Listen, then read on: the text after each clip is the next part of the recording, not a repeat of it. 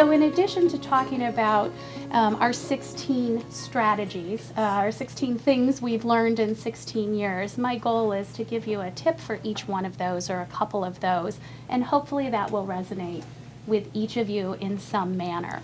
I'm going to keep it brief, but my road to design was happenstance. My background is in advertising and marketing. I worked corporately for a number of years. I also worked for an ad agency, and then I had my own marketing communications firm with a business partner. So I had run a business previously. I had worked in group situations corporately. Design happened to me. It was a lifestyle change. Was doing very well on the other side of the business, and suddenly I was widowed in a very short period of time and realized that life can change very quickly. And I thought to myself, do I want to continue in the business that I had been in? And design had always been a part of me, architecture had been a part of me, and I just decided I was going to give myself a couple of years and I was going to try this. So I have no formal training. I did not work for another designer before I opened my firm 16 years ago. I started out of my home, and I now have a team that somewhere rides between an additional 4 to 7 people based on the hills and the valleys of the years, right? So it was a calling and a passion, and that's how I landed and got started. And I can remember being here in this area, maybe even in this showroom, and listening to Lauren give a presentation, and we became very good friends, and I'm thrilled that you're here today. Thank you. So I appreciate it. You just never know how it's going to happen. So that's, in a nutshell, my little story. And hi, everyone. I'm Kelsey. I'm her daughter, and I always swore I would never go into interior design. Growing up with a mother who was in interiors, and I said, I will never, ever work for you. Love you a lot, but we look a lot alike, we act a lot alike. I don't want to be in your business. Life changes. I went to IU, followed in my brother's footsteps, and got my degree in business, and then went to work for Abercrombie & Fitch corporately for 2 years in Columbus, Ohio. So I was handling merchandising strategy for a multi-million-dollar business, and then really got sick of Ohio. Absolutely loved my job, but missed my family, missed my friends in Chicago, and coming to work for my mom kind of started as a joke. She, her financial manager was pregnant and decided that she had wanted to be a stay-at-home mom. So she was looking for someone to go into finance. I was looking for a job back in Chicago. And I kind of said, ha ha, like, wouldn't that be funny? And here I am. So I've been with the business about 1.5 years, was brought on to just do the financials and accounting, and now do the finance, accounting, marketing, social media, some business development, kind of do a lot. So it's been great working for my mom, and I'm really excited to have been brought in on this presentation as to how to grow your business, because we've made quite a few changes in the last 1.5 years. We've made significant changes. So, yes. So, all right. So we'll get to it. Very quickly, I founded the company in 2003. At the time, the company name was Sweet Peas Design. I kept that name for a number of years. In 2017, we opened our second office in Chicago. We were Libertyville based all of those years. I decided to make a lifestyle change, and so got myself into the city, and then said, okay, well, now I need to get the business into the city as well. And for about 1.5 years, I had offices in both locations. Matthew, I know your firm is in 2 locations. After about 1.5 years, I made the decision that the business was running me. I was no longer running it. And so I decided to close Libertyville. I had felt at that point that we had enough of a client base that I could do that and still be in the city, but I didn't have to make the commute back and forth and have 2 teams and be straddling that. So we consolidated to 1 office in May of 2017, and because that was a second office, initially, it was very, very teeny. It was 500 square feet and I had 6 of us in there. I sat at the center table. I had no desk. I had nothing. But we got, it did form a real camaraderie and bond with my team because we were so close. And then I made the decision right after that to rebrand. And so we renamed the company Studio Brunstrum because of where I want to take it, and I'll talk to you about that in a little bit. But I felt as though Sweet Pea's design was really no longer relevant for the work we were doing, for who I was, and really where I wanted to take the business strategically. So right after we did that, we relaunched the brand in 2018. I started also designing product. So my first launch with product was in August of 2018 with Julie Dasher Rugs. We'll talk a little bit about that as, what are your next steps, and are you going to continue to design, or are you going to look for other revenue streams? And we'll discuss that in a minute. And then we recently moved to a new office, a much larger space that we recently gutted and have moved into. And we will be there now until I retire, because I am not moving again.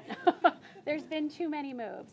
So that's sort of the business in a nutshell, where we've been and where we are today. So the entire layout of this presentation is going through the 16 lessons that she has learned in 16 years of business and that I am now learning as I'm in the business.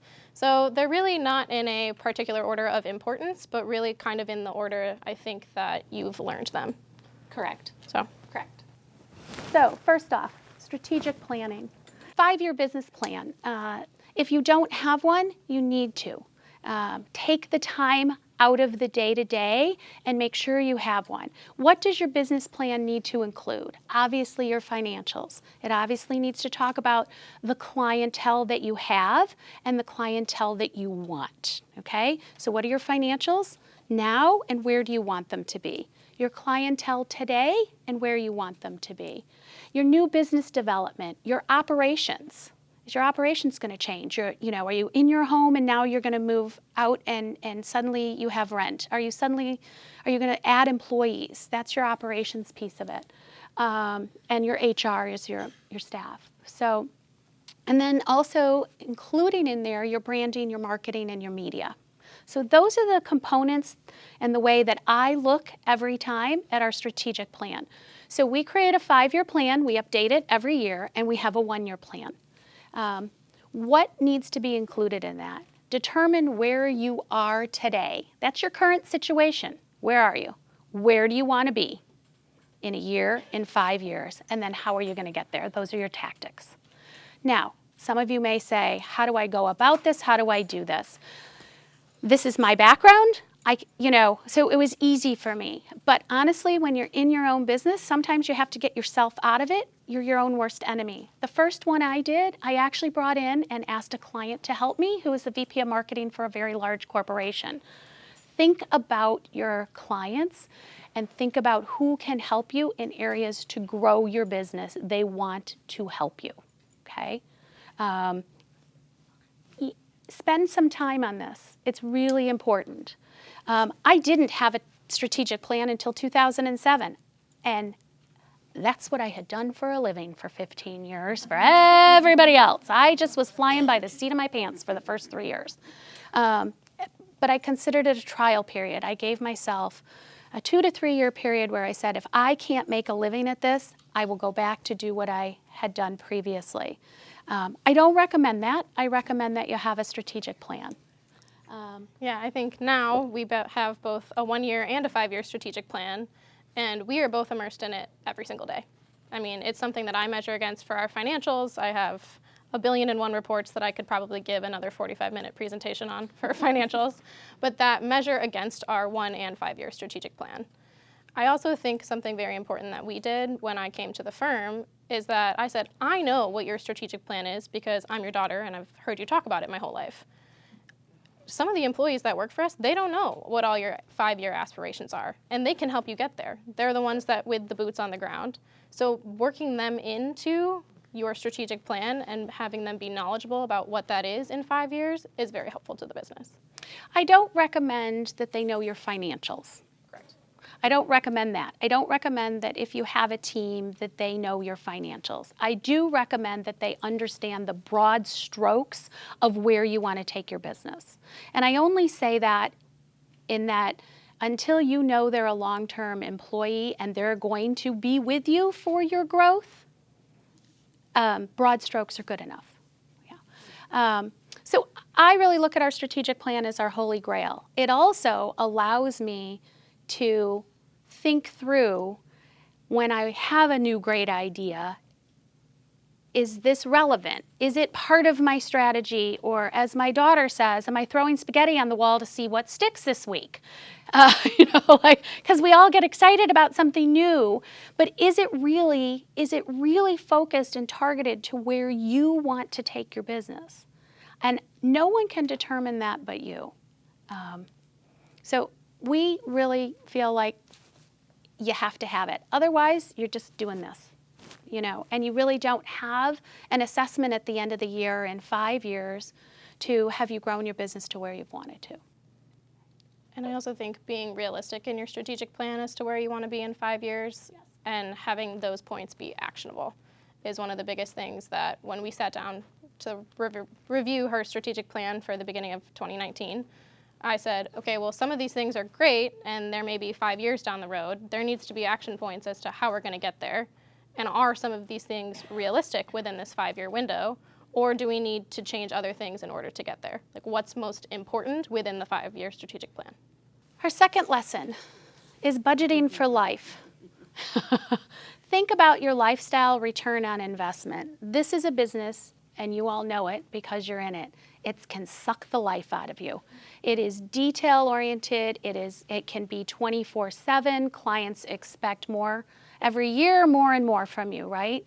So taking a look at what's important to you within your life as well as your business and being able to look at that and balance is important. And Kelsey actually was the one who said to me when we were starting our strategic planning, she's like, Mom, life isn't in here. Like you don't even think about that. Like, when do I need a vacation? Because I know for me, when I'm out of the office is really when I get creative. When I'm in the office, I'm not as creative. So taking that time and allowing myself, that's part of your life goals, which are part of your business goals, because we are our business. This is one of those industries where we are our business. So don't forget about you in the business and who you are, and allowing yourself to take that time. Yeah, I think that's something coming from a corporate background, especially one like Abercrombie, who's a very progressive company. They always really emphasized work-life balance. There were weeks that I was working 80-hour weeks, but then they allowed me to take a 2-week vacation. And I think that's something that my generation has really started to prioritize amongst mental health and making sure that you have me time to actually recharge so that when you go back to the business, you're actually invested and you're not drained from being there all day, every day, 365 days a year. So I think that's something when we did sit down to review the strategic plan, I said, you need to add your life in here because you do have strategic goals for your own life, where you want to be, things that you want to do. It's important to put those in there along with the business because you are the driver of your own business. So I said, budget that in there. That's something that I want to make sure happens for you, but it's also going to help the business. Yes, yes, of course. You have your daughter as far as the planning of it. Yes. So if I was to hire someone to do this and work with to make my 3-year, 5-year plan, what is that called? Like, is it an accountant? Is it a? No, I would bring in someone with a strategic background, so a consultant that will help you balance both your life goals, your work goals, and help you determine your strategy.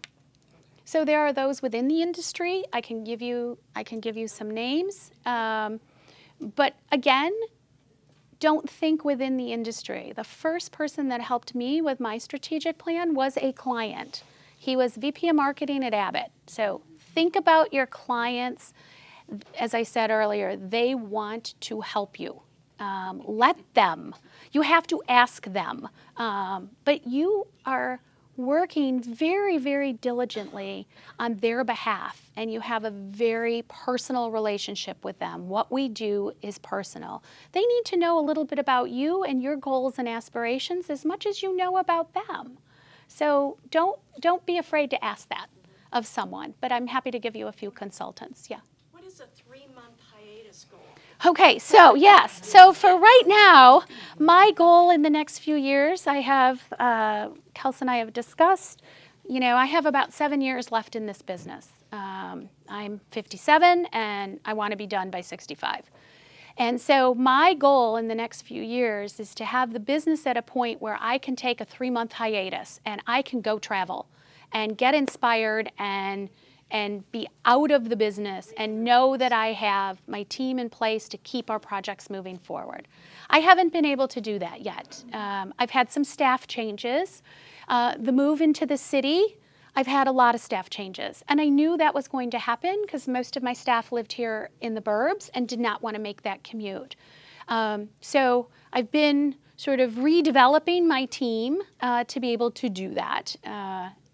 In the next couple of years. Yeah. Go ahead. I think something that's very helpful when we started doing this, and it's something I actually learned in college from one of my professors, was to make 2 timelines, a personal timeline and a work timeline for the next 5 years. Make them separately, don't think about the other one when you're doing it, and then put them together. And you're gonna see how much you're trying to do at the same time. And you are one person. And I think a lot of us, myself included, I know you're like this, you think you can do it all at once because for a while you've been doing it that way.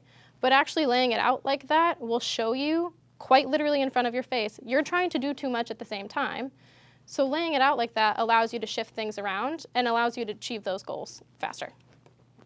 So it's something I made her do. I've done it. We had our entire staff actually do it as well. So. Our third lesson is the face of the business. You are the face of your business. No matter where you are, whether you're at work, whether you're not, you are the face of your business. But the face of your business is more than the name of it. It is the brand. It is who you stand for.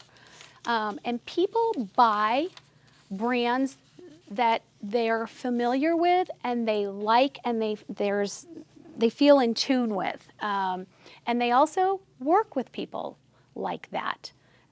So just the name of your company, that doesn't mean that's the face of your business. Think about who you are, what makes you different and unique. And we can talk about branding for, hours, but I won't.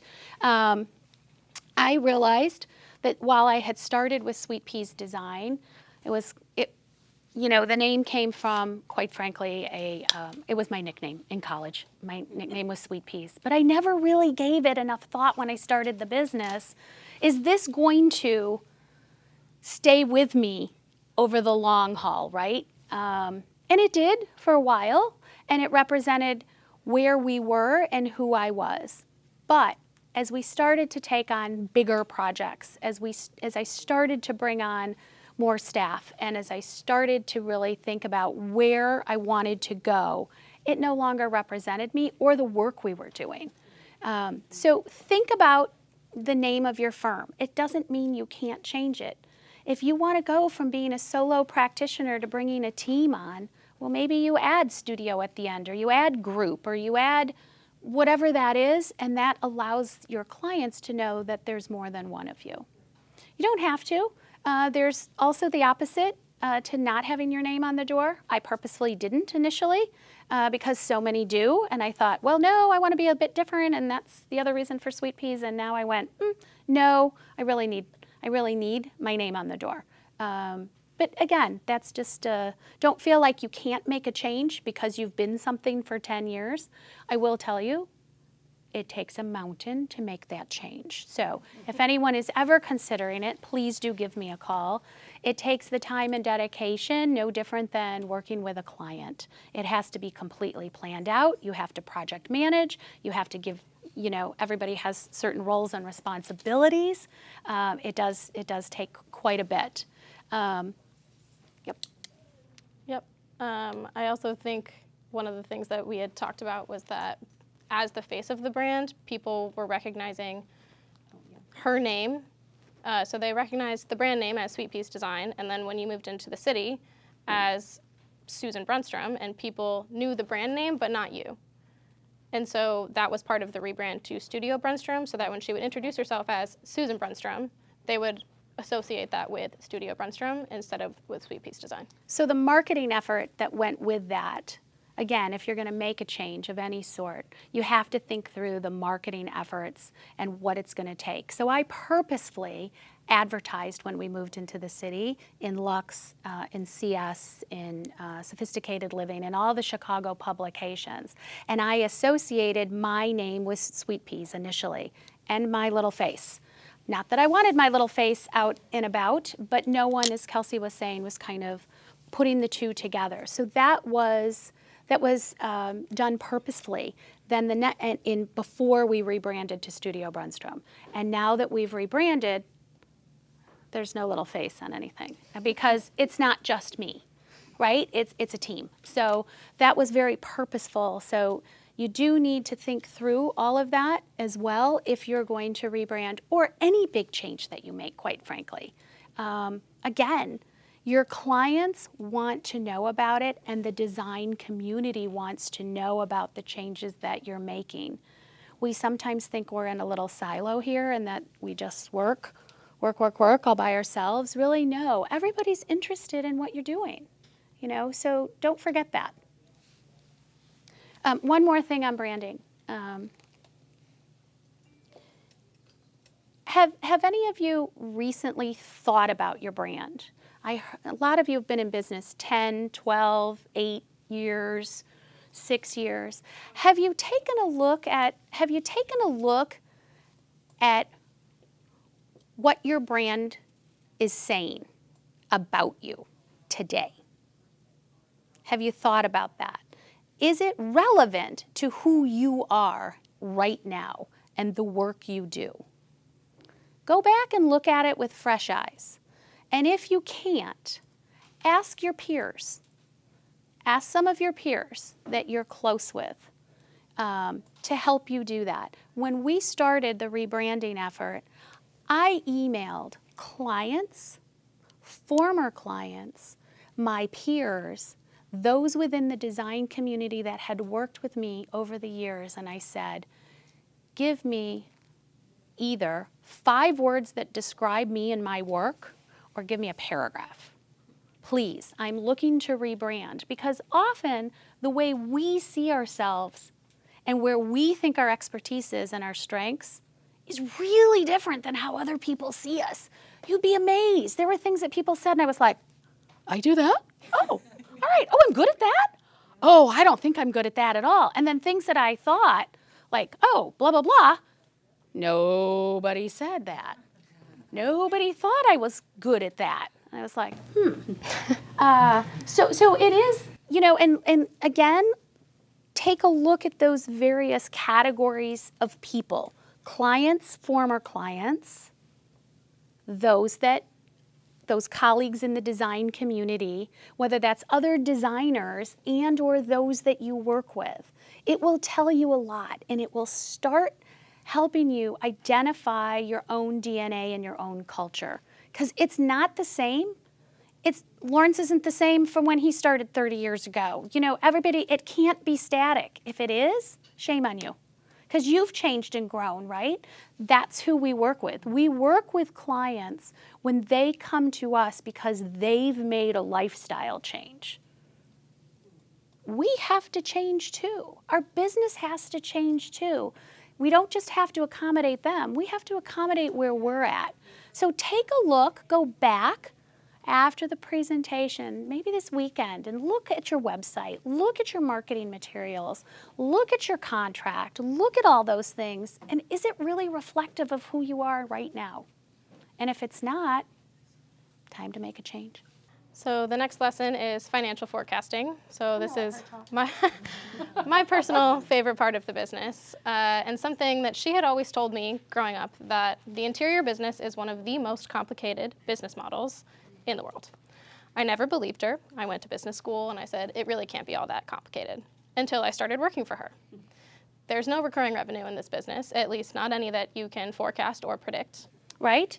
Clients can come back to you, but you can't decide when they're coming back to you. We have no base of business. There is no recurring revenue. So we are always out there looking for new business. You also can't determine the product life cycle. You could sign 2 clients at the exact same time. One could be ordering product within a month, the other could take 6 months, and you don't get to make that decision for them. So forecasting your financials, and as a business student, my entire line is profit is king. That is, you have to be a business. You're a business first. I think the creative part is a given, but actually focusing on your financials in your business and having someone that's doing that for you or with you if you're doing it yourself, that is something that you have to focus on first. So I think your first hire was a financial manager. Yeah, my first hire was a financial manager. If you are a sole practitioner and you are at capacity, that should be your first hire. That is not your forte, I'm going to guess.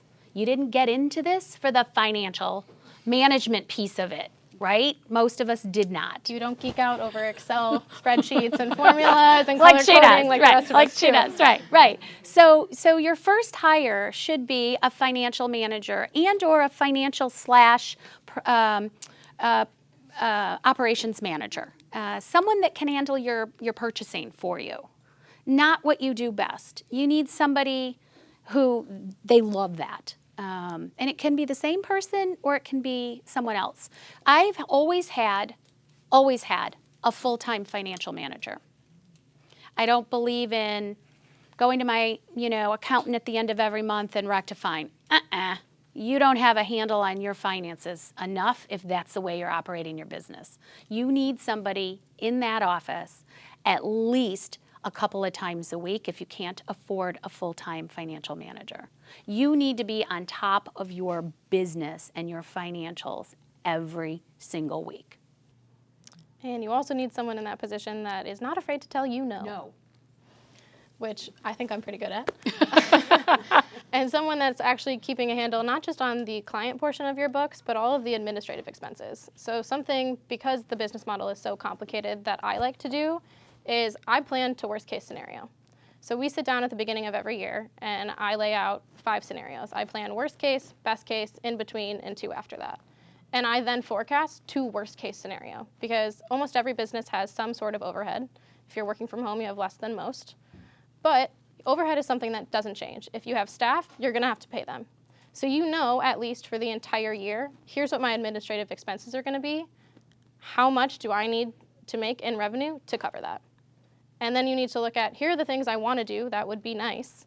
I wanna advertise. I wanna rebrand. I wanna move out of the house and into my own space, whatever that is. You can't make those changes unless you know where you're at. And can the business afford for you to do that? Now, you may say, the business can't afford to do it, but I believe in myself, and I'm gonna make that leap, and I'm not gonna make any money for 6 months or 9 months, because I'm gonna put it all back in the business.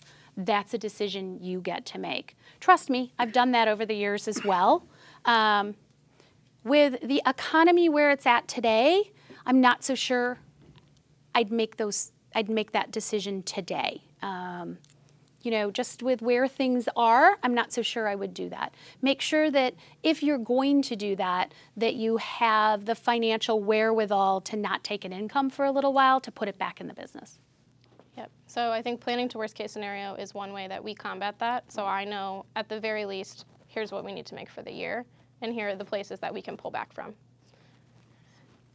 I think another really important thing to understand and measure against are the industry standards. There are a few, there aren't a lot of them, but one really important one that we measure against is our employees' time and how much of that time for each type of employee should be billable. There are industry standards, I believe they're published by the ASID every year. They are.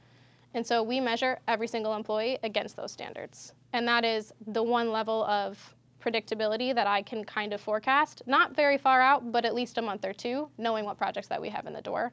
I can say, okay, we have 2 designers, I need 60% of their time to be billable, and that's gonna get me X amount of money for time billing for the next 2 months. So that's the way I kind of forecast in the short term. And if you don't know the industry standards, please check them out. You should. Again, it gives you something to compare against. The other thing that we do from a financial perspective is I don't look at our financials from a profit and loss overall, yes, I do, but I look at every client project. At the end of every project, we run a client P&L.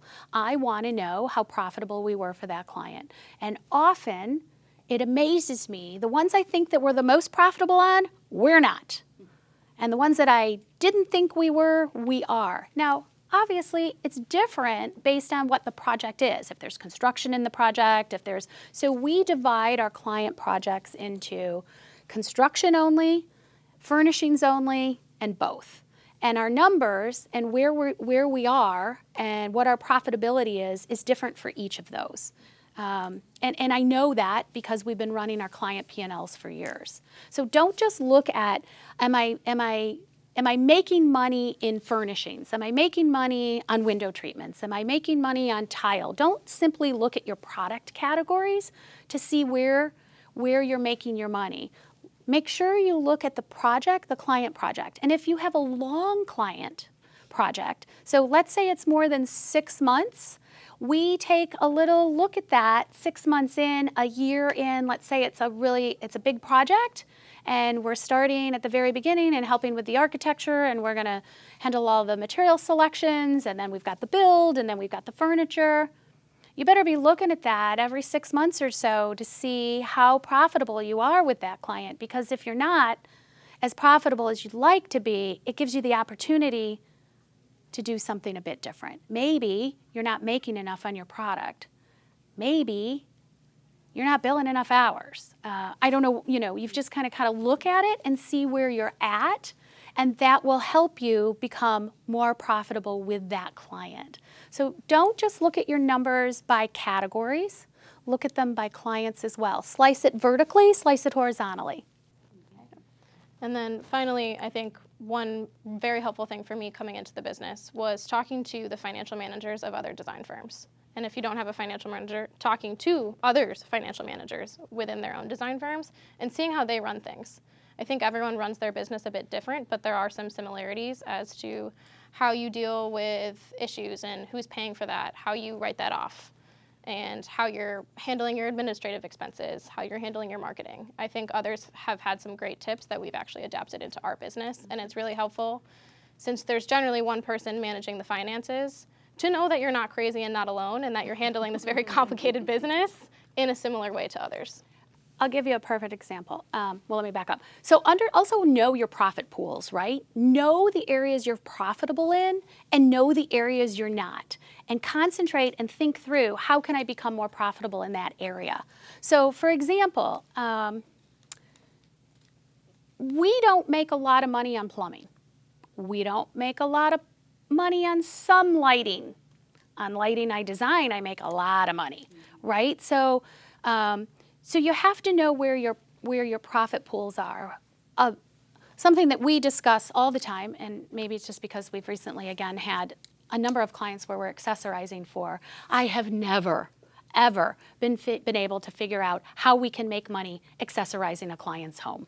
They don't understand the time it takes up front to select it, to find it, to bring it to one location, to figure it all out, and then get it to them and set it up, and then they say, well, I don't like that vase, or I don't like that, and then you take it back, and they have no idea how much time it takes. I have never been able to be profitable in accessorizing, and yet we need to accessorize to get those professional photos, to get our name out there and market ourselves, right? So we have probably tried 15 different ways of doing this. I think we're finally getting there, but we've tried everything known to man. But how have we done that? I've talked to other designers and we've had those conversations. Well, how do you do that? Well, how do you do that? Don't be afraid to ask others in the field for help. Listen, there's enough clients for all of us, and not every client is right for each of us. So be good about asking for help. You can't know it all. You just can't. So feel comfortable to do that. And if you've heard of someone doing something that you think is relevant, they'll share. Why wouldn't they? Okay, management. Management. So I think project management is 75% of the battle. The bigger you get, the more you manage and the less you create. So if you're thinking about growing, remember that. So if you're a solo practitioner right now, you're doing everything and you're probably going crazy saying, well, I want to give this up, I want to give that up, I don't want to do this and that. That's all great. But as you start to grow, remember that you're going to be managing both more projects because you have the capacity to take more in because you have a team.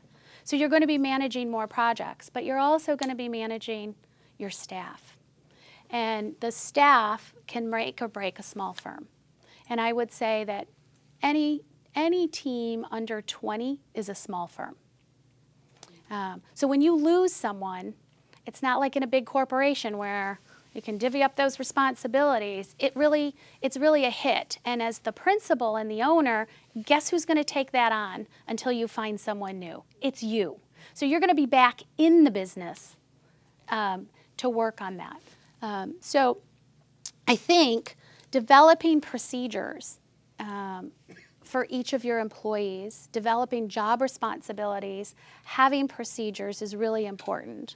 When I first started, I realized that all my staff was sort of, I had a junior designer, I had a senior designer, I had a financial manager, I had an architect, and everybody sort of was in their own silo, right? Here's their responsibilities. Well, when someone leaves, that's a big hole. Who's going to take that on even for a little bit until we get someone in and the right person in to replace them? So we've tried to start cross-training a bit. It's not that I expect everyone to do everything, but they have to understand how the project gets through the firm and not know their slice of it only, right? You, as the principal, know exactly how everything gets through your firm because you've done it all, but they haven't. So think about as you're growing to make sure that your designers, for example, understand the procurement process, and your procurement manager, if the designers are overloaded, can maybe help and get quotes. Like they have to understand what the other one is doing and sort of the chain of how that project gets through your organization. I also think a lot of times the procurement and the designers work more easily together because they do have a hand in each other's business, and it's generally the financial manager that's very siloed. So something that I've tried to start since I've been here is making sure, again, not that they know our financials, but that I know what's going on in the project and they know also what I'm up to. So that, okay, you just came back from a client meeting and they said yes to 50 things. I know that that's coming my way this week, and I have to bill that and get all that ready. So that I'm not just having someone dump a bunch of fabrics on my desk saying, oh, they said yes, go ahead and place these and invoice the client. So that I can prepare for that, but then also so that they know, okay, well, the client did pay, these have been ordered, here's where everything's at, so the designers are also kept up on the back end as well. The other thing we've done from an HR perspective is we bonus our team. I bonus my team, not on their individual performance only, but on the company performance. So it's 50-50 split because that then helps them feel part of the team. And I think that's important. They may have a stellar year, but we may have had an okay year. We may have had a stellar year, but that employee may not be doing as well as they could be. So by splitting that also allows you to have a little bit more flexibility in how you pay them. The other thing we've done, and I forgot to mention this from an HR perspective, is, and this actually came from Kelsey, when I hire an employee now, I give them a signing bonus. And they sign a 2-year commitment to work with me. Because these millennials like to job hop. I'm sorry. It's okay. They like to job hop. So I give them a $2,000 signing bonus, and they commit to me for 2 years. If they leave prior to that 2 years, either on their behalf or mine, that's deducted from their last pay. And it's no longer a bonus. That has helped me quite a bit. Just a thought. Something new that we started a couple years ago. Yeah. I think we also started, when I came on, we now take a look at our procedures across the board. At least every year, we've started doing it more often, because listening to everyone when I came on and asking, okay, well, why do we do it this way? And getting the response, well, that's just how we've always done it. To me, coming from a really big firm, I was like, well, no, if that's not working anymore, then we need to change it. Exactly. And the people that are actually doing the jobs on a daily basis know best as to how they think they want to change it or what works best for them, but also for everyone else on the team. And so I think we have every 3 months a process review, and we kind of sit down and just say, what's working, what's not working? Is there something that's really frustrating you about your job, and how can we change that? How can we adapt our procedures to be more efficient as a team? And it also increases employee satisfaction, because they don't want to be doing things that they think are inefficient and that they don't like to be doing. So we used to have 2 separate sheets. We would do a selection sheet in Word and then a pricing document in Excel to present to a client. Well, the pricing document didn't go to the client. Well, yes, but we needed it before we presented to the client. And all of our designers and the procurement manager were copying over the same information onto the Word document selection sheet into the Excel formula, and then our procurement manager was putting that into Studio Webware. So 3 different people were typing out this information 3 different times. And I said, well, okay, that's not exactly efficient, and it also can increase a lot of mistakes. So we developed a new system where the sheets link. So I created it in Excel, and our pricing template talks to our selection sheet. And that information, without them having to do anything, is automatically carried over. So it saves them a heck of a lot of time getting that ready, and it also makes sure that the information isn't copied over incorrectly.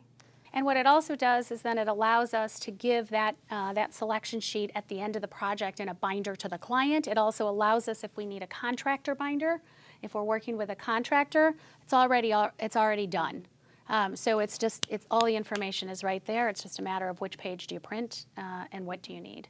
Some tips as far as a management perspective is you need to have a solid letter of employment with your employees. If you don't have one, you need to get one. You need to create one. I'm happy to share ours with anyone who would like. You have to lay out what your expectations are for those employees, how much you're going to pay them, what your vacation time is, all of that good stuff. And that, again, that you have strict procedures that allow for efficiency. I am one to, when I bring on a staff member, I am not, I don't lead by being micromanaging and being over someone's shoulder. I'm kind of a sink or swim gal. Like, I'm gonna throw you in the water, and I'm gonna see if you sink or you swim, because this business is such that you have to think on your feet.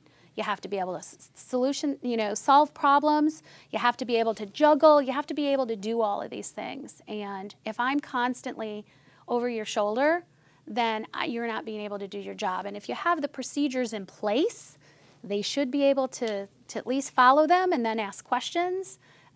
So everybody manages a bit differently, but that's sort of where I'm at. That being said, we do have a very thorough onboarding manual that every single new hire gets. So it has the job descriptions of everyone else in the firm, so they kind of know whose responsibility is whose. It goes through all of our office procedures, from how we sign off emails to who emails the client as to how to answer the phone. So it kind of covers everything, which helps a little bit with the sink or swim, so you're not just, throwing the employee in the deep end. Right. And then I think one more thing that we do for management, which we kind of just started, and it was something that I brought from Abercrombie, is that we've started to really emphasize team bonding. And we now try and do a monthly team outing. We'll leave the office Friday at 3, and we'll go do a fun event. Like, we went to a Cubs game, we have gone to dinner, just something that you're getting out of the office and letting the team actually become friends. And talk about something other than work. Yes. Lesson 6, work and friendship. This is a personal business.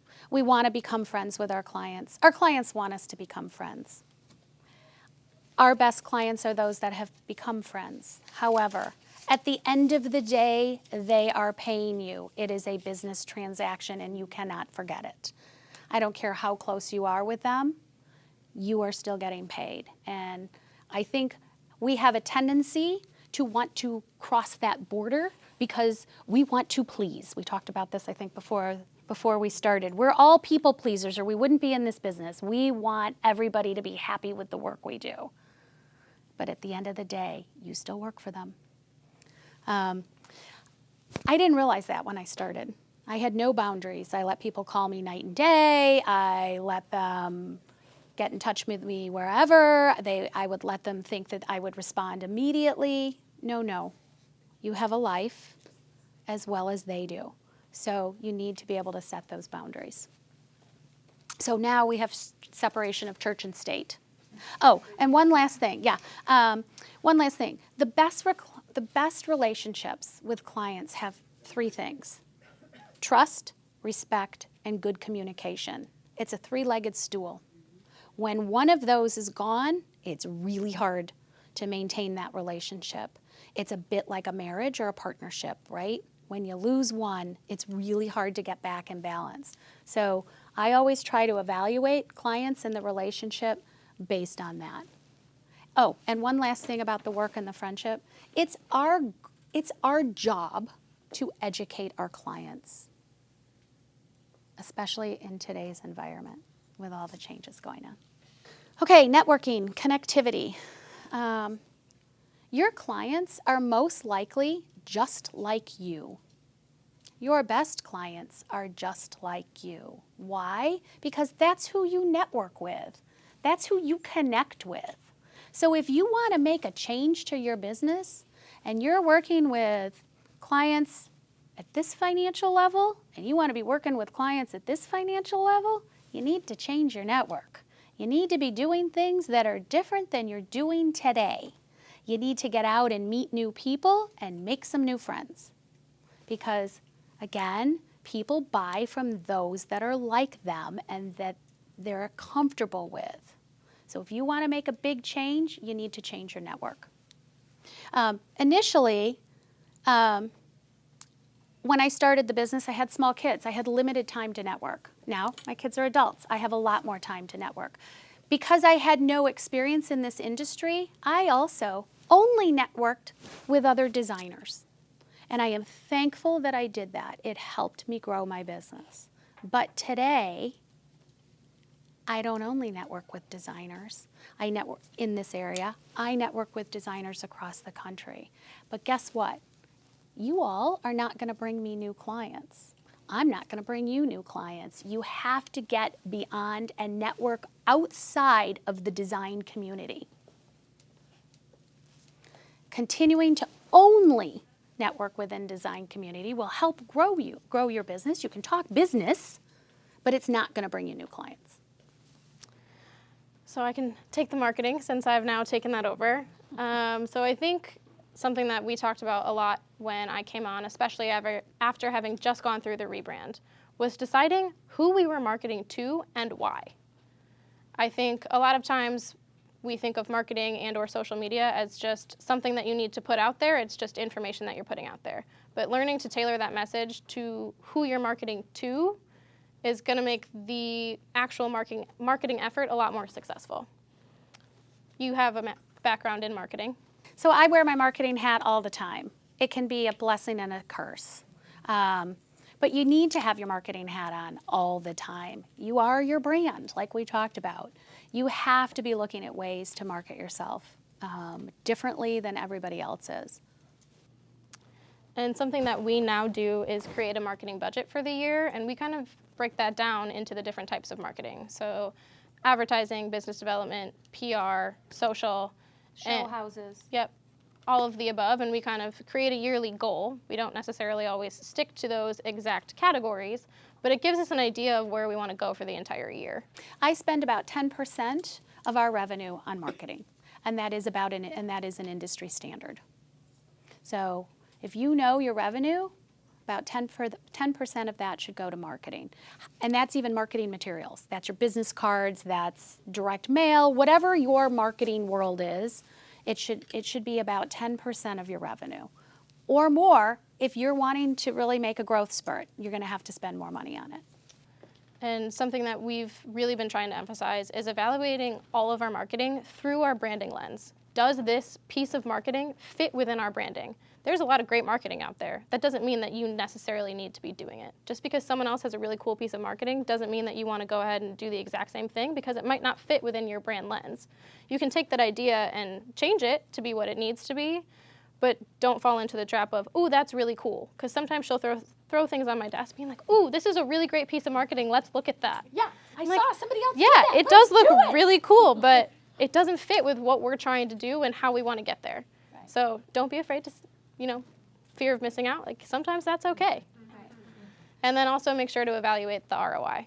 I think a lot of times, especially for our advertisements, we try and, on a yearly basis, look at what did that bring us. If it was something that we were just trying to grow our brand name out there, and we had a lot of people come up to us saying, oh, we saw your ad in Modern Luxury or Luxe, then it did what we wanted to, let's do it again. If we were trying to get new clients through those advertisements and not one of our new clients said, oh, we called you because we saw your ad, is that working? No, let's not do it again. So the other thing I would recommend is put your blinders on. Do what you do best. Don't worry about what everybody else is doing. Don't spend hours and looking at everybody else's marketing and everybody else's social media platform. My God, all you think about is, I should be doing that, I should be doing that, I should be doing that. And then you've added 1,000 more things onto your plate. And do you really, like Kelsey said, look at it through your own lens? Do you really need to be doing that? You may not, and it's okay. You don't have to do everything. You have to do what's important for your brand well. And you can try things, sure, absolutely. Give it a test and figure out, give yourself a 3-month or a 6-month test, because marketing is not one time. You're not going to run one ad and see that you're going to have this uptick in clients. It's quantity, as well as quality. You need to be in something for a long time. We're just trying something new. We're trying geofencing. I have no idea if it's going to work or not, but we're trying it. So it's a new way for us to get out there and brand ourselves. But we've also given ourselves a time limit to say we're going to try this for 3 months. We'll then evaluate it and see what's working and what's not. Yeah. Lesson 9, growth efforts. Bigger is not necessarily better. I have to say I have always grown our business organically. I have self-funded it through the business. And I'm actually quite proud of that. We're at a point where I may not be able to do that anymore, where I may bring in investors for next steps, for product development and all of that. But know, if you have a handle on your financials, you know how you can grow. And I think that's important, and I think clients, when you tell them that, are quite impressed by it. Because I don't know about you, but I've had all my clients say to me, I don't know how you handle all the stuff that I ask you to do, and then you've got 4 or 5 other clients, and how do you do it all? They're impressed by you. Let them know about your successes, not just via email, but as you're having a conversation. Let them know about your growth. What do you want to do next? It's important, and you don't really need to keep up, as I said earlier, with the Joneses, what everybody else is doing. Just do what's right for you. Lesson 10, you can't wait around. Business is not going to come knocking at your door if you're not doing anything about it. Don't get so caught up in your business that you're not working on your business. Listen, as we said earlier, there's no reoccurring revenue in our businesses. You have to be out there all the time making connections and networking. And if you're so involved in your business that you can't do that and you don't have more clients in the pipeline, you're going to come to a quiet period. And maybe you need a quiet period. We'll talk about that in a minute. You might need a quiet period. Quiet periods for me actually allow me to get things done that I've been, that I haven't been able to with my team, or goals that I haven't had the time for that I'd like to proceed with. But I think you have to understand, again, who your clients are. When we started, it was all suburban clients and people that I knew. It was word of mouth, and that's how I started my business. Today, that's not true. We are really very strategic about the clients we take and why we take them. After 16 years in business, I don't want to pick out another toilet. I want to be challenged, and I want the client to be someone that I respect, and they respect me, and that I'm still challenged. Another toilet isn't going to do it. So we don't take a client just because they come to us anymore. And I'm not saying we're rude or picky, but you want to be excited, you know? And then I think that's how you do your best work. And the other thing I found, though, that as we've kind of, for lack of a better term, moved up the food chain with our clients, right? Busy, affluent clients are very private. We actually get referred less now from our clients than we used to. And that has nothing to do with our work and everything to do with them. So we've had to find ways to actually continually bring in new clients. They don't want to share you. They want to be private. They also don't want, if you're working with CEOs and COOs and CIOs, they don't want the team that works for them to know what you're doing.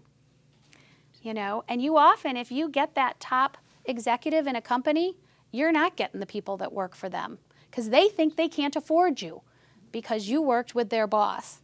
So you have to recognize that, and as you start to make a change to your clientele, what that means.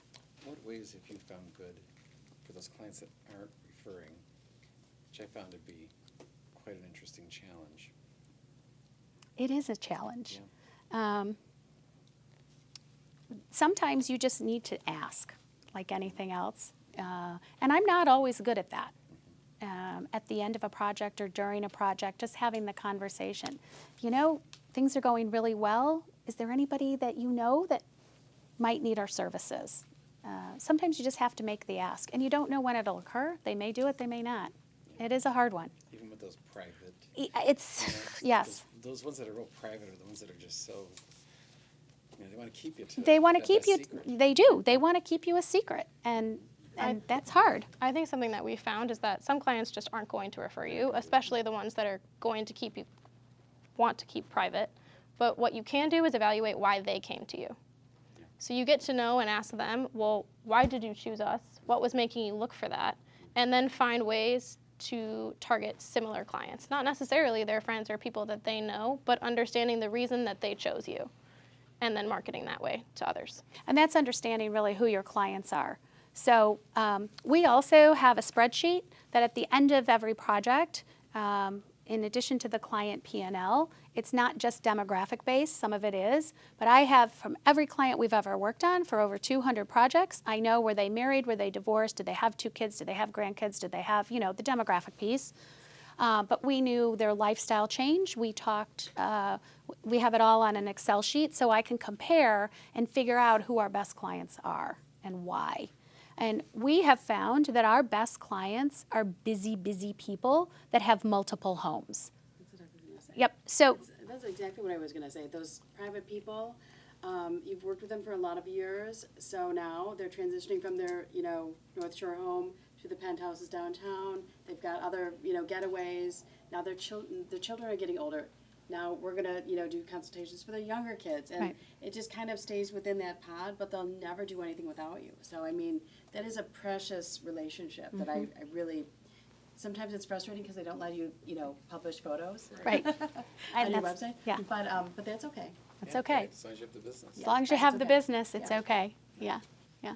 So choosing your clientele, we kind of jumped ahead a little bit on this. People are drawn to you based on your experiences and who you are. I gave a presentation as part of a panel discussion at Design Chicago last week, and a young woman walked up to me afterwards, and she said, I'm just starting a business, so I don't have a whole lot of life experience. I said, then those are your clients.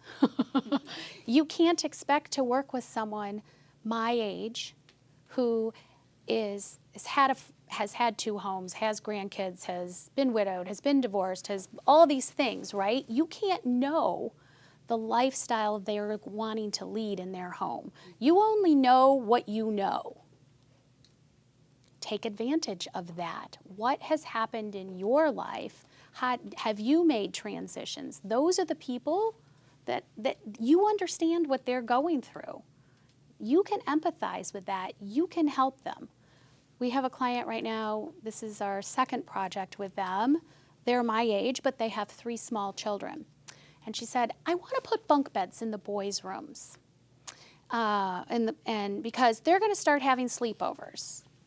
And I said, they're 9 and 10, and they are not going to have sleepovers in their bedrooms. They're going to sleep in the lower level in the basement, and that's where you want your bunk beds, in that guest bedroom down there. Let's turn one of the other rooms upstairs into the guest bedroom. Why do you want your mom and dad, who are in their 80s, trekking down the stairs to sleep in the cold basement? You know, I said, let's think about this. And she said, you know, I never would have, because I haven't been through that yet, I wouldn't know that my kids wouldn't want to sleep upstairs in their bedrooms for a sleepover. I have history. You know, I have that life experience. Use it with your clients. Help them. Let them know that you've had the experience or the lifestyle change that they've had. It makes it relevant. Yeah. A couple of things that we do with clients. We have a client discovery journal. You all probably have something similar, but when we bring on a client, it's a 6-pager, and they fill it out, and it has absolutely nothing to do with their home and everything to do with who they are. What's their favorite movie? Where do they like to vacation? What sports do they like to watch on TV? What was the first concert they went to? You have to get to know your clients. So we try to get under that. What they want to do in their home, of course you're going to talk about that. You have to. We have another form for that. But this part is really important. I also then, it's available for the entire team to look at, so that if they're on site with a client, they have something they can discuss. Oh, I didn't realize that you used to live in LA and you love the Lakers, or, you know, it's a conversation starter. But you can't do that if you don't know them. Mm-hmm. We also, as we're working throughout a project, within our client contact, we use Outlook. But whoever has talked to them last is putting that information in Outlook, so that when, you know, I'm emailing them next, oh, I heard your granddaughter just had her first birthday, how'd that go? So I'm not just emailing them like, hey, here's your invoices, send me money, thanks. And it allows us that never actually get to meet the client to kind of connect with them on a different level. Well, and it says a lot about your company. It's all about the details, and it is those intricate, you know, fine details. You know, about wishing them a birthday, or, you know, Right. about that baby. Yeah, yeah. The other thing that we do is we're due in February to have another one. Is we have a client panel every 3 to 4 years, and I bring in clients and former clients. I give them dinner. I bring in a moderator, and we discuss the good, the bad, and the ugly of how we work together. What did we do well with them? What would they wished we have done differently? I have changed some of the things we do, many of them, because of client input. Again, you just have to ask. I'll give you an example. We now charge a percentage for freight and delivery of the product. I don't bill them at the end. I used to bill them at the end. They hated it. I thought I was done paying you for that product. So we went back through all of our financials for a number of years by client, the client P&L, and realized what percentage were we paying for freight in and delivery. And so now we have that as a line item. So let's say your chair was $1,000. We have then a 15% freight and delivery, and that's $150. They pay us when they pay us for that chair. That came from clients saying, we don't like to pay you at the end for that. Figure out a way that we pay it up front. So again, you just have to ask, because you want to make it as simple as possible for your clients to work with you.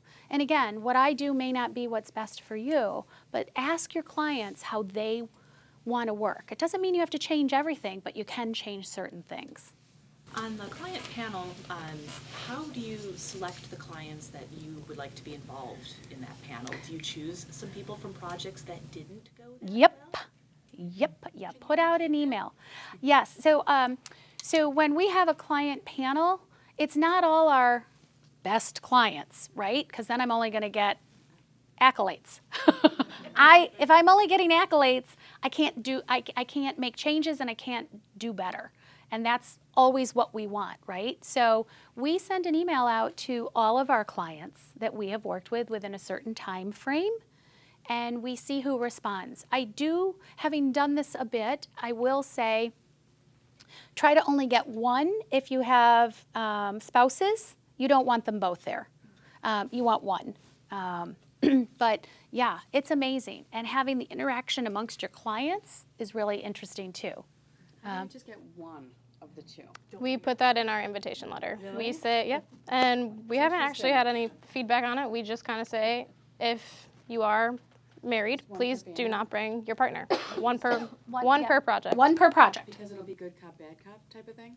That scenario, or? That, or you why would find you that say one that? person talks and the other really Right, doesn't. cancels the other out. Because we've generally found, and we actually ask for it at the beginning of the project, we need one decision maker. And we need generally one, we email them both, but we'll take the yes from one person. So that's part of our letter of agreement is, well, if there's two partners, spouses, whatever, if there's two, one of them, as they sign, has a designated decision maker.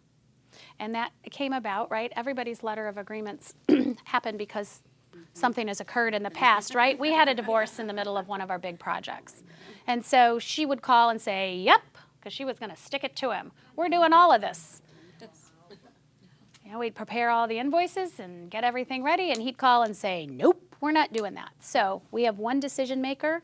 Yes. We do ask, do you both want financial communications? Do you both want our weekly procurement updates? Do you who wants what? We do ask that. And that also gives you upfront a very good indication of who's running the show. Yeah. And then the other question real Yes. quick. Oh, sorry. Yeah. When somebody comes to you with a job that you're not excited about, Yes. how do you not take that job? Okay. So there's a few ways of handling that, right? You just don't feel like the fit is appropriate, that you might not be the best firm. It might be timing. It might be pricing. And I usually then, based on what that project is and my assessment of the client, I will refer them to someone that I think would be a better fit than we are. Nice. Mm-hmm. And then you're giving them a nice out. Yeah. Okay. 12, social media and photography. Especially now, everyone sees social media as something that you have to do all the time. I think it's important to recognize what social media is used for, and that's brand awareness. I think it's even more important to recognize that, yes, you have to have a presence, but how much of a presence do you really need? Is social media bringing you clients? Probably not. However, if someone is meeting you out and they're going to Google you, the first thing that's going to come up is probably your social media and your website.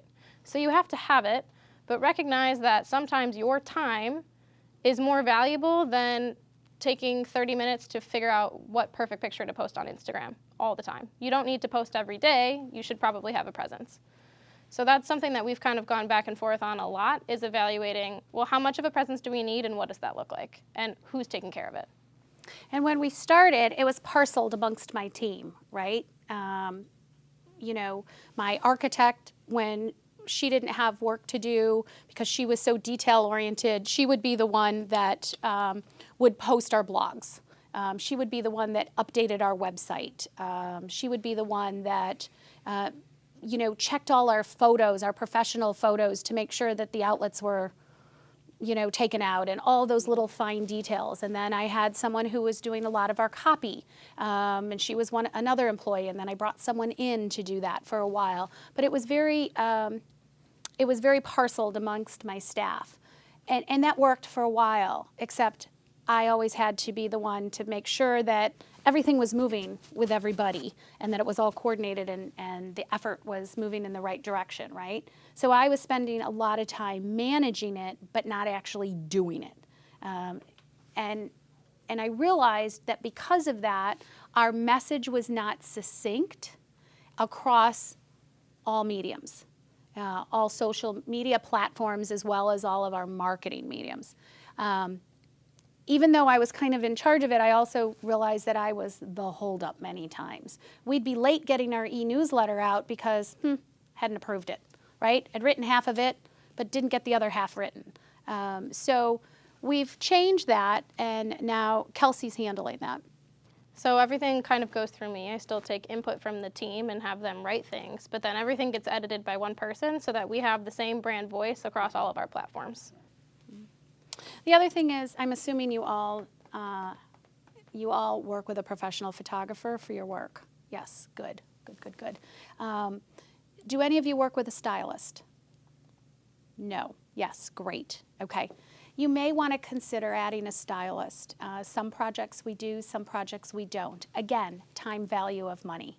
Do you have the time to style your own project? Maybe you do, maybe you don't. If you don't, I'd recommend a stylist. A lot of the photographers, your photographer that you work with and have a relationship with, may give you a suggestion of a stylist he or she has worked with in the past. If not, again, hiring a stylist is very much like hiring an employee or any other consultant. You have to make sure they're the right person for you. But I have found they have helped us immensely in the past.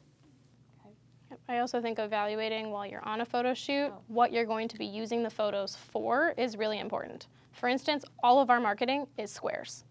It's something that we did with the rebrand. Our brochures are squares, everything we put on social, everything we put on our website is a square. Sometimes the shots that they're taking do not look good, cropped to squares. So I always like to be there to remind our photographer, okay, yes, I want the perfect shot that's great in a rectangle, but I also need a shot of this room that I can use on social, on our website. That's going to look better. That we're not going to take from a vertical and make a square ourselves, that she's actually going to change and find the square. Yep.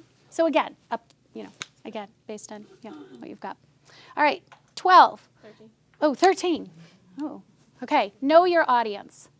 You really have two audiences, right? We talked about this a little earlier. Your two audiences are your clients, whether they're your potential clients, your current clients, or your former clients. You have to market to your clients. You have to talk to your clients. Your second audience is the design community at large.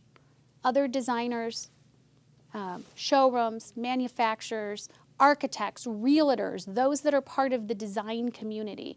What you are saying to your clients or potential clients may be very different than what you're saying within the design community. And you have to recognize who you're talking to and what you're trying to accomplish in each of those audiences. When I started, I was focused only on clients and getting business. As you continue to grow and you get recognized within the design community, you have to focus on that audience as well. It will help grow your brand when others start talking about you.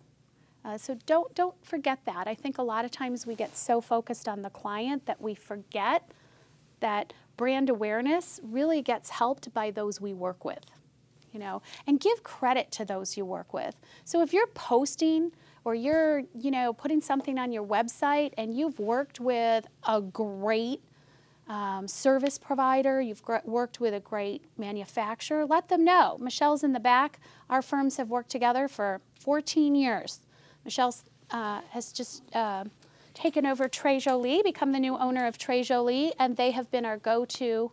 They have been our go-to workroom for probably 14 out of the 16 years.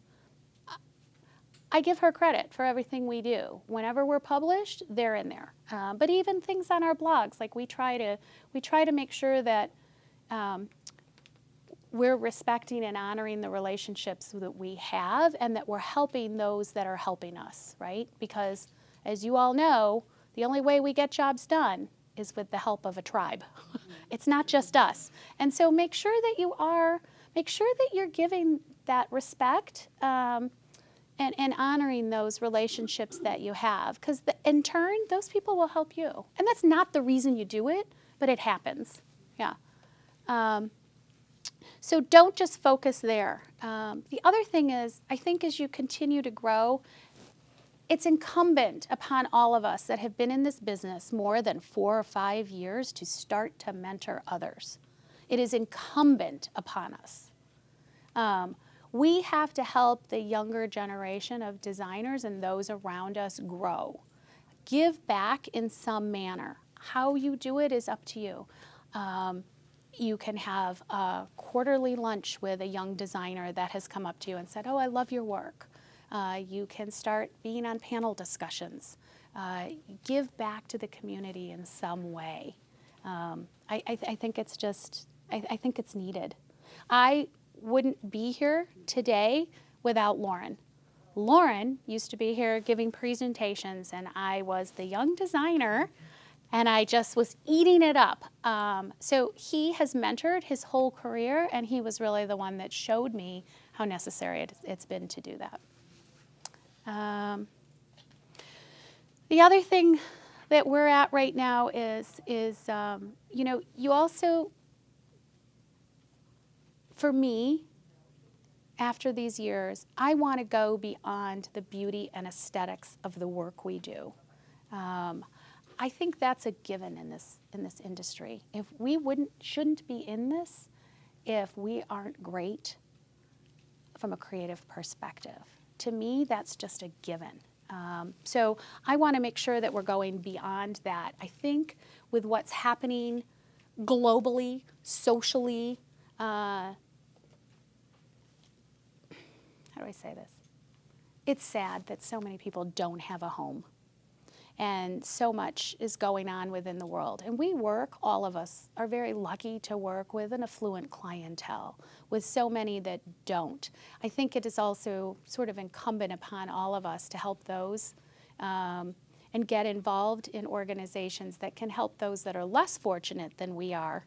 And help them find a home or decorate their home or whatever that is. So think maybe just beyond your day-to-day clients and what can you do at large with your skill set to help others. We're laughing because this is all about principal management, and I think before I came on, there was no one that was telling her to focus on her life, no one that was telling her no, and no one that was actually looking at what she did other than her.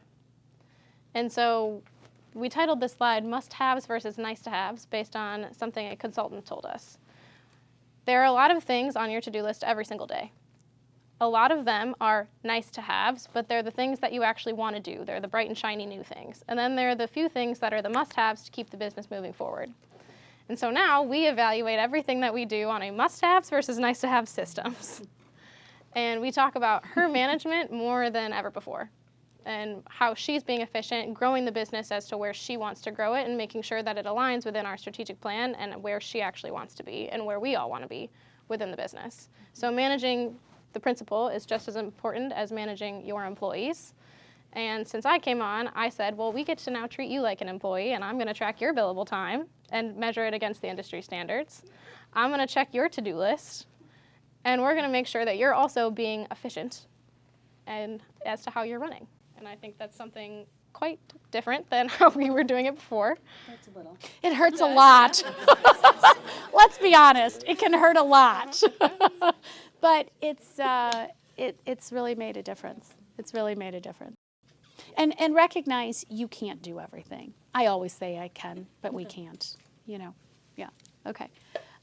Okay. Lesson 15, other creative outlets. I think I'd mentioned earlier, after being in this business a while, we've been predominantly a residential firm.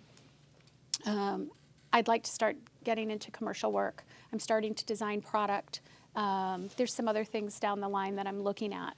You have to find creative outlets for yourself, based no matter where you're at in your business, if you're just starting or if you've been in business for a while. You need to think about creating additional revenue streams. and what does that mean? So like for us, if we've got a little slow time on the residential side, that's why I'd like to bring in the commercial lens, so that may be able to balance. Or if we're slow, that I can work on product development. And looking long term to what does that mean from a revenue perspective. So that honestly, when I started my business, wasn't even on my radar. Now, as Kelsey had said, I'm trying to learn to balance my time on the clients that we have, and making sure that everything's going according to plan, but having a much more hands-off approach on that, and being able to look forward for new business development and where new revenue streams are coming in. And last, an exit strategy. Now, Laura, I know you don't have one yet because this is year one for you, but there are some of you in the audience who I'm sure are close to my age and you've been in the industry a long time. You need an exit strategy. I didn't really realize I needed one until a couple of years ago, and I was in the mart. Two things happened. I was in the mart and I saw this older designer that I've known for years, and she's probably 80 now, and she was doddering along the halls with an 80-year-old client, and I thought, oh dear God, I don't want to be her. Please, I don't want to be her. Now, is she doing it because she simply loves it and this woman has become a lifelong friend? Or has she not made enough money in the business and she still has to work? Okay, I'll never know. That was number one. Number two is a dear friend of mine had a very successful firm in Los Angeles, and she went through a number of family mishaps and deaths, and she just said, you know what, I'm done with this, and she closed her doors. And I thought, you have spent a career. You're 70 years old. You have spent your entire career building this business, and you are just closing your doors because she didn't have an exit strategy. She didn't think through what is the business today, and what can I be doing so that I can exit, and there is something, if that's what you want, for someone else to have. Is that someone else staff that you want to bring up and have them become principals? Is it that you've built your business enough and you've taken out and you've got enough money in the business that someone can buy you out? Is it that you're going to bring in a daughter, a son, someone, and you want to have a succession plan, and there's someone else in your family that's interested in taking over your business? But you need to start thinking about it. Or is it that you also want to sell your business Right. to an outside firm? Oh, right, or sell your business to an outside firm. And that has been happening more and more in this industry. That didn't used to happen. Like even 5-10 years ago, you didn't hear about that. But there's becoming bigger collectives now, and a lot of small design firms are being sold to larger firms. So you need to kind of start thinking about what that is. I know that I'll never be able to walk away, but at 57 years, I want to be able to have something meaningful enough to pass on to my daughter. Does that mean that I'm going to completely walk away? No. I miss that marketing side of me from years ago. I may consult. I don't know. I'm still kind of working on it, but I'm at least thinking about it. So I would say if you're in your 50s, you need to start thinking about it if you haven't. So develop a plan earlier rather than later. How are we doing it now? Okay. So we've started doing a couple of things. One is that we try to budget for it within the room budget. So I don't know if you give a budget per room. We work on an hourly basis, but at some point a client's going to say, how much am I going to spend, right? So we kind of give a to-from budget. Once we know the floor plan and they've agreed to it, because I'm not going to give a budget unless I know, are we selecting 2 sofas or a sectional, or we have 4 chairs or window treatments, or you really can't budget until you know what you're budgeting against. So once we have that, then I add in the to-from budget an accessories budget. That's not art, by the way. I don't consider art accessories because that's a whole different world. So that's number one. Number two is that we get to that stage. I I then, I take that money up front, 100%, and we use that to buy. And whether we're buying, whether we're buying from showrooms, whether we're buying like a curated cravat, whether we're going into showrooms and borrowing, whether we're purchasing in advance from all the various accessories manufacturers that we work with, or we're going into local shops, it's always sort of a combination. So we try to adhere to that budget, and that budget is based more or less on rooms. The other thing we do that I've learned over the years is I no longer line item each item. So I don't say those, these jars are $600 and, the lamp is $400 and the tree is $800. We count up how many pieces we've left in a room. And so we'll say 13 items. We'll list them. Living room, 13 items, and we'll list them total. Because some people will pick and choose. You just give them a total, and they're good. Like, don't give too much information. But it's still, here's the thing. They never understand the time. So we're working right now on trying to figure out, we're going back to our accessories and the time we've spent on them. And what I'm finding is we about spend the time in dollars, time billing, that we do on product. That's true. It's about the same amount. So if you're going to spend $10,000 on product, you're going to have about 10,000 billable hours in that. By the time you source it, buy it, get it, put it in, install it, return what they don't want, and bill them. So we're trying to kind of start working in that manner a little bit more and saying to clients, if this is your budget for product, that's about what you're going to pay us for time. Yeah. How do the clients respond to that? They're not loving it. You still have to get your room accessorized. You have to get your room accessorized. And here's the thing. If you don't do it, you're still going to do it to get that photo. And then you're making even less. You're in the hole. Because then you're borrowing, and stealing. You're setting up the photo shoot, and you're taking it all back, and they've bought nothing. So you're even more in the hole. So we try to get as much of our accessories placed before a photo shoot, and then maybe fill in if needed. Because otherwise you're really losing money. Yeah, I also think we've kind of started understanding in the midst of a client project whether or not they're going to want us to accessorize and how much that is. And understanding that that's not our biggest profit area, we kind of try and make some of that up in the actual project itself. Right. Then if they don't, if they say, well, I don't really want accessories, you still have to do it to get your picture or your photo. You do, but then you're still covering it a little bit in the middle. So another way to look at it too is, I don't know if any of you take a retainer. You don't always? No, I always do, but I just didn't know if everybody did. The other way to think about that is up your retainer. And then remind them that they have that retainer, and don't let them work it off at the end. Let them work it off for your accessories.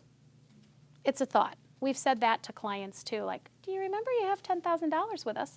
Let's start there. That'll at least get us going. On this topic of the principal management, Yes. would it have been easier to hear that from a stranger or your relative?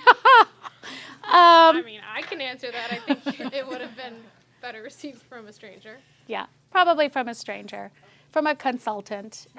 Let's be honest, there are times where we are the ones holding ourselves back, and you have to evaluate that as well and recognize that. For example, for our rebranding, that's my background.